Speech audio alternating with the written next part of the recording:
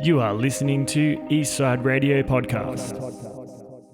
I've been catching singles over the years, but is this the first album in a while for you, Jade? Yeah, it's the first one since 2020. So in 2020, I put out an album called Handle Me With Care. And it was sort of a weird release because COVID had hit and I was in the States and I didn't get to tour the album at all. And I guess I just sort of had nothing to do and I still wanted to put it out. So I technically released it, but, Sure. It didn't get the attention that I would have hoped to be able to put on it just because of the state of the world at that time. Yep. So In My Veins came out last year and that's the first full record since Handle Me With Care. Tell us a little bit about the writing of the songs. Well, they actually started back in 2020 when, I was sort of on standby mode like many musicians. And Dave Symes, who's a wonderful bass player from here in Sydney, and he and I went to high school together and we also came up in the Jackie Ozarski band together. So he kind of reached out this one time and he was like, I'm totally bored. I've just been making little instrumentals here and there. I just thought I'd throw something at you.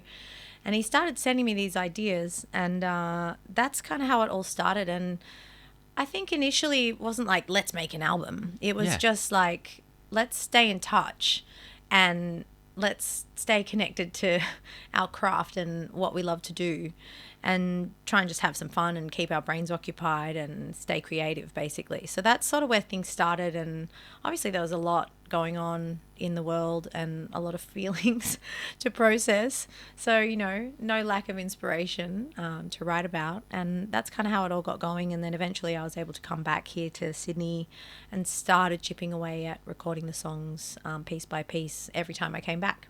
Is that right? That's the next question I wanted to know. So you've got all the songs together, the collaborations too, some collabs there, or? Yeah, mostly. The first time I came back, I didn't have all the songs, and so I got in the studio with Ben Rogers, who I've also worked with for a long time friend and collaborator, and same sort of thing. We were like, oh, let's make some music because we haven't been able to, and that was sort of still a lockdown time when I was here. I think it was 2021. And we ended up writing Out of Sight. And they live in the Southern Highlands, and we wrote that together down there. And I remember driving back in the car up the Hume, and I listened to it like 30 times on the way back. I was like, oh, this song, this we're doing something here, like something's coming together. And so it was the start of like maybe I'll do another Jade album and see where it goes. And then Ben ended up being my right-hand man and producing the album and like just helping me piece it all together long distance basically. And we would just we put the pieces together over like the last 3 or 4 years. That was going to be my next question, that a producer plays such an important role in shaping an album's sound.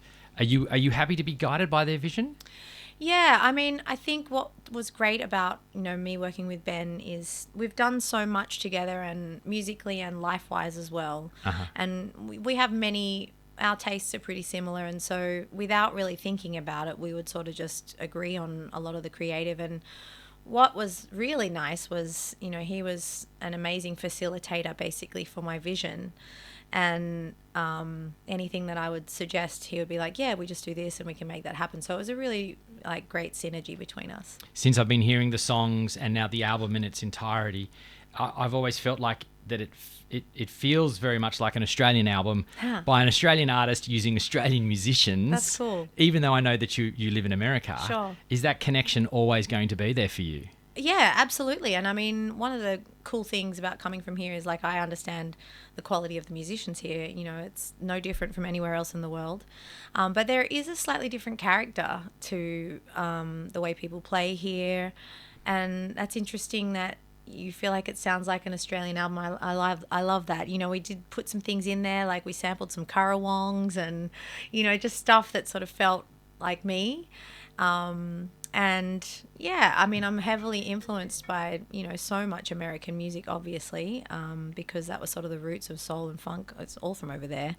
But, we have our own take on things over here.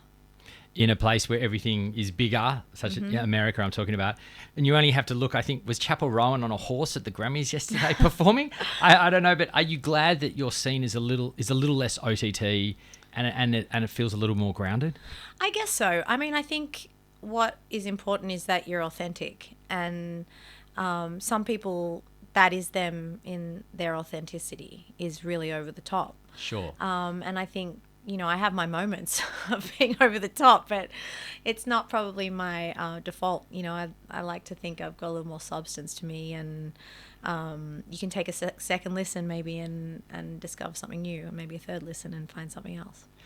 Speaking of multiple listens, the song My Eyes to the Sky is one that I've played repeatedly on my time when I'm on the air here on East Side Radio, which is great because so many times a song just gets played for once, but it's so wonderful to hear a song like My Eyes to the Skies multiple times on the station. Can you just tell me a little bit about the inspiration here? Sure. Okay, so that's the song that samples the Currawong. Yeah.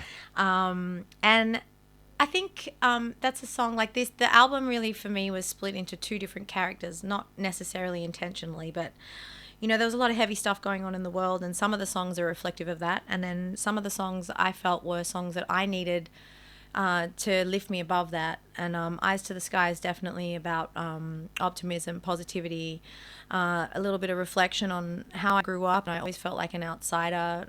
You know, I never really fit anywhere, and so sort of just looking back on that and the way that as an adult, I guess I've sort of learned to embrace that. And it's now, you know, I relish the fact that I'm a little different from everybody else and all that stuff. But Eyes to the Sky, it's just about, you know, keeping, it's trying to stay afloat, stay above water, and stay motivated, stay positive, even when things are like really tough. Two of Australia's vocal powerhouses, Karen Lee Andrews and Jade MacRae, take the stage with their bands at the Factory Theatre on February the 7th for a double album launch. Give me your hand, baby. In My Veins by Jade MacRae and Survival by Karen Lee Andrews. Taking these albums live will feature many of the incredible Sydney musicians who contributed to the recordings, and is set to be a dynamic and joyous celebration of soul and blues music. Don't miss Karen Lee Andrews and Jade MacRae double album launch at the Factory Theatre on February the 7th. Tickets available from factorytheatre.com.au. Proud Eastside sponsor. I said I'm on this road, so far to go, and the further I get, the less that I know. You have been listening to Eastside Radio Podcast. For selections of more enjoyable content like this, visit our website, eastsidefm.org, and click on Podcast.